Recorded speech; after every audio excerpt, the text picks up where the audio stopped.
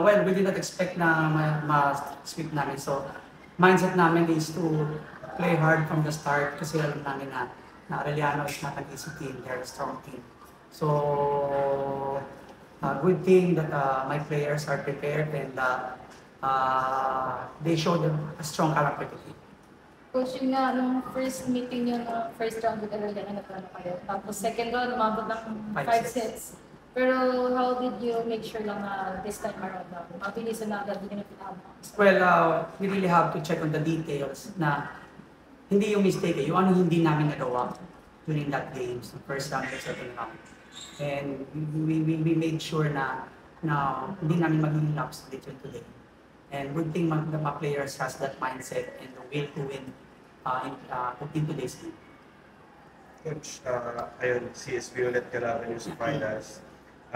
Sa tingin nyo, what would it take para finally ma-overcome nyo? Well, as I'm always saying, Benil is a strong team.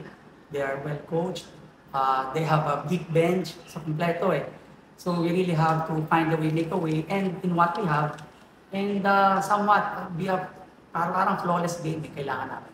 So the mindset of steady character, strong character, and yung panghahawakan namin kasi sa skills and the stats, mas malalaki sila eh.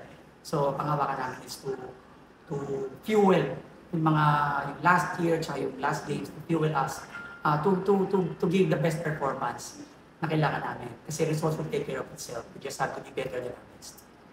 Coach, last year nga wala si Sari finals na. And this time, malaking tulong yung yung role na yan. Paano niyo pinapa-improve sa kanya yung ganun pressure for everyone? Well, magugulat ka, Sari is a born leader. So kahit rookie siya, she's leading the team. And she's accepting the role.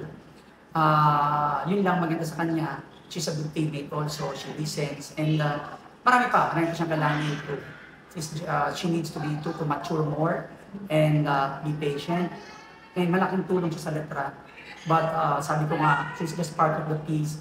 She cannot do what she wants or she's doing if not with the help of her teammates. And accepted niya yun, na kung wala yung teammates niya, she can never do what yung nagagawa niya. So yun naman ang kay She's very humble and God-fearing. Coach, yung eliminations 1-1 kayo ng CSP, may magka-factor ba yun sa finals or 0-0 ulit? Well, there's a slight factor but ibang labanan sa finals, ibang preparasyon. But it will also be a factor na nag-1-1. Ibig sabihin, there's nothing impossible. So ibig sabihin, nakaisa kami sa kanila, so pwedeng magawa namin ulit. So yun lang naman yung mindset. So kung nagawa namin ng isang beses at nakakuha kami ng isang set sa kanila ng isang beses, I think the mindset is we can do it.